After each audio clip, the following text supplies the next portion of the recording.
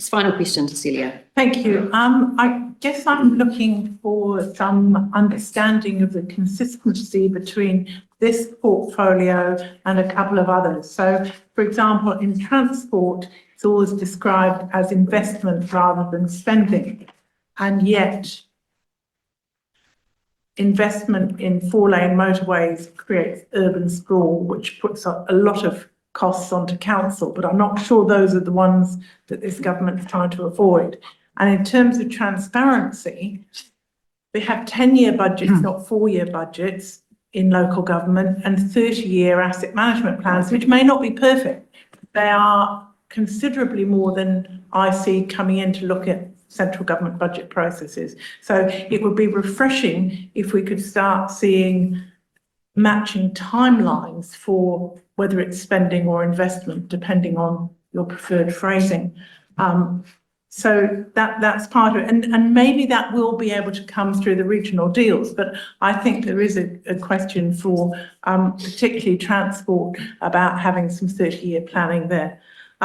Yesterday, Minister Upston was very fulsome in her role as Minister of Tourism, talking about the councils that had invested in their RTOs, in their conference centres, in their museums and galleries. Her criticism was not about spending or cultural and economic investment. It was of the inconsistency and some councils, like Auckland, retrenching their investment in ATEED and major events. So you've got one minister saying, as I understood it, that council should be investing in those things. And then we have yourself, as I think I heard you saying, that there's a spending problem rather than a historic underinvestment in a number of things. So transport, tourism, local government, I'm not clear that we've got a fully joined up and consistent message from you and your cabinet colleagues.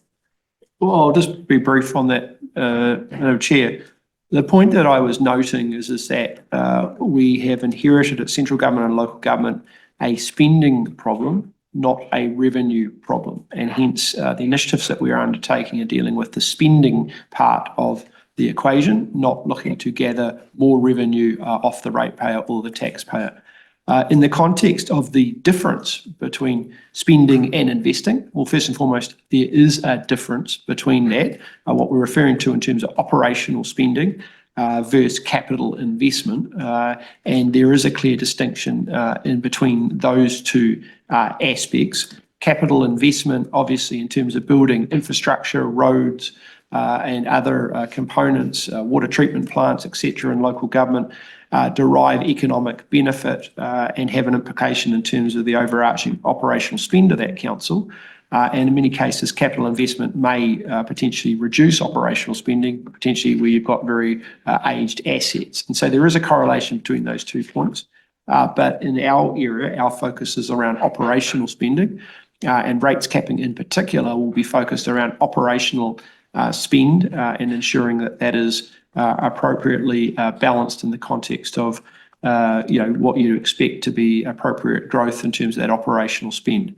The deficit that exists within local government and central government around capital and infrastructure will be dealt through capital investment, and we need to ensure that we've got mechanisms such as city regional deals to execute upon those projects in a balanced and robust model. So I think those are the things. Your point around deals, plans, yes, there is 10-year long-term plans and annual plans.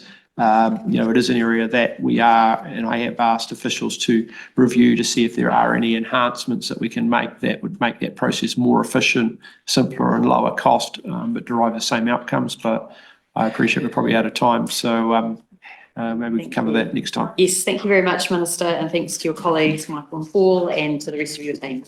Thank you, Chair. Thank you very much. Thank you.